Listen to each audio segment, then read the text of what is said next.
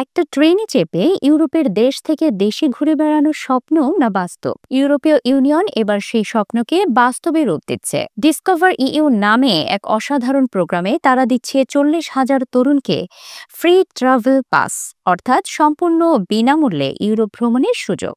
এই উদ্যোগটি নেওয়া হয়েছে সেনজেন চুক্তির 40 বছর পূর্তি উপলক্ষে, যেখানে ইউরোপের তরুণরা একসাথে তাদের ঐক্য, সংস্কৃতি আর স্বাধীন ভ্রমণের সুযোগ উদযাপন করতে পারবে।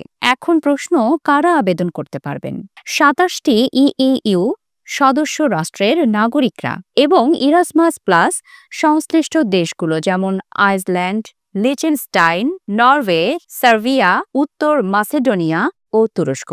আর সবচেয়ে গুরুত্বপূর্ণ বিষয় হচ্ছে, আবেদনকারীর জন্ম হতে হবে 1 জানুয়ারি থেকে 31 ডিসেম্বর 2007 সালের মধ্যে, অর্থাৎ 2025 সালে যার বয়স হবে 18 বছর, শুধু তারাই যোগ্য। তবে একটা হতাশার খবরও আছে, বাংলাদেশি নাগরিকরা এই প্রোগ্রামে অংশ নিতে পারবেন না, কারণ বাংলাদেশ ইউরোপীয় ইউনিয়নের সদস্য নয় এবং ইরাসমাস প্লাস তালিকাতেও অন্তর্ভুক্ত নয়। আবেদনকারীদের একটি অনলাইন ফর্ম পূরণ করতে হয় এবং ইইউ ইতিহাস, সংস্কৃতি ও টেকসই উন্নয়ন নিয়ে 6টি প্রশ্নের কুইজ দিতে হয়। সঠিক উত্তরদাতাদের মধ্য থেকে বিজয়ী বাছাই করা হয়।